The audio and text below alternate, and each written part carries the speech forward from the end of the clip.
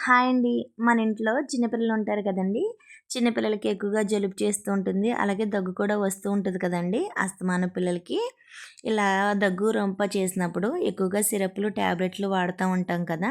అయినా పిల్లలకైతే రిలీఫ్ ఉండదండి. ఇలా పిల్లలకి రిలీఫ్‌గా ఉండాలంటే మన ఇంట్లో పూజ చేసుకున్నప్పుడు అగరబత్తులు ఉంటాయి కదండీ!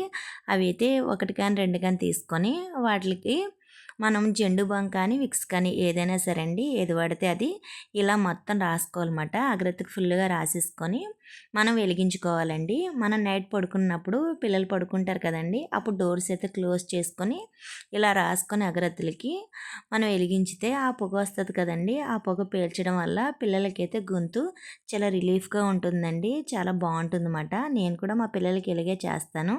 వీడియో చిన్నపిల్లలు ఉన్న వాళ్ళకైతే ఖచ్చితంగా ఉపయోగపడుతుంది. ఇలా చేయడం వల్ల పిల్లలకి గొంతులోకి వెళ్ళడం వల్ల పొగైతే చాలా ఫ్రీగా ఉంటుంది. బావుంటుందండి.